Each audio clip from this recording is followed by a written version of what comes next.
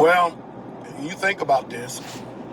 When you look at the religion of Christianity, you cannot find it in the Bible. You can search all you want.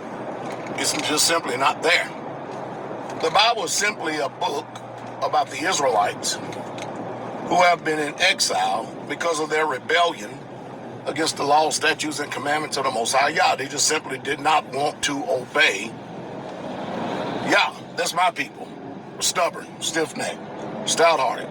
And as a result, you can still feel and see the curses today, especially if you have melanated skin. Now, a lot of people may resent how I put this and say it, but you think about this for a second. Ever since my people were brought over here on slave ships, we have been robbed of our language. We have been robbed of our culture. We have been robbed of our heritage. We've been robbed of our customs. We've been robbed of our traditions. And we have been robbed of our faith, which today they commonly call religion, which is not a good word. We've been robbed of all this. We've been robbed of our language. We've been robbed of, hey, check this one out, our feast days to the Most High Yah. We've been robbed of a lot of stuff. And they made sure for a couple of hundred years that it was forbidding, the Christian colonizers. They made sure it was forbidden that we, as a people, we could not read or write. Do you know how many people in history of my people that tried to read and write only for some of them to get lynched, beaten, or even killed? Now, think about that. And then they set up what we would call an Uncle Tom.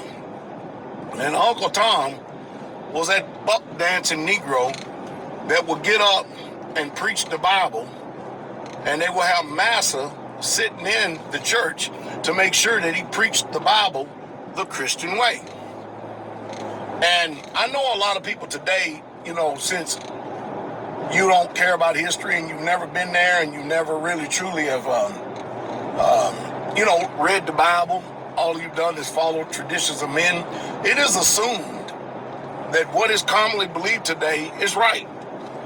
I often ask people over and over again, everywhere I go. And when they tell me, I say, so what are you? Well, I'm a Christian. I said, oh, that's too bad. And they go, what do you mean it's too bad? I'm a follower of Christ. I said, really?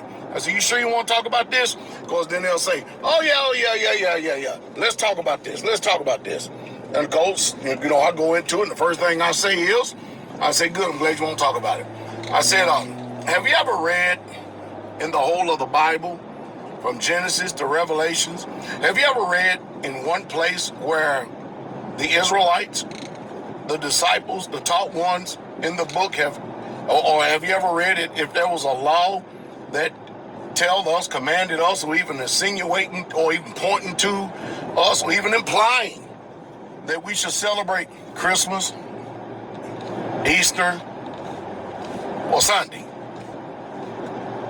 Well, then they all started, it's what matters is the heart. I said, yeah, that's pretty bad too, because, there's an old prophet named Jeremiah that says that the heart is evil. The heart is that evil and desperately wicked above all things. That's what our heart is, evil. So just when you think you've got a good heart, your heart is evil. And not only is it evil, it is desperate to be wicked and desperate to do wickedness. Now, I know you don't believe that because, if people don't believe what the book says, and you can't believe what the prophet says, how are you going to believe what the Messiah says? Messiah told them the same thing. Because the whole book is, he come in the volume of the book. And the whole thing is written about him. And so they quickly shut down the conversation. They don't want to talk no more. And all I can say is I thank the Father for Yeshua. I thank him for the Holy Spirit, because you know what he's done?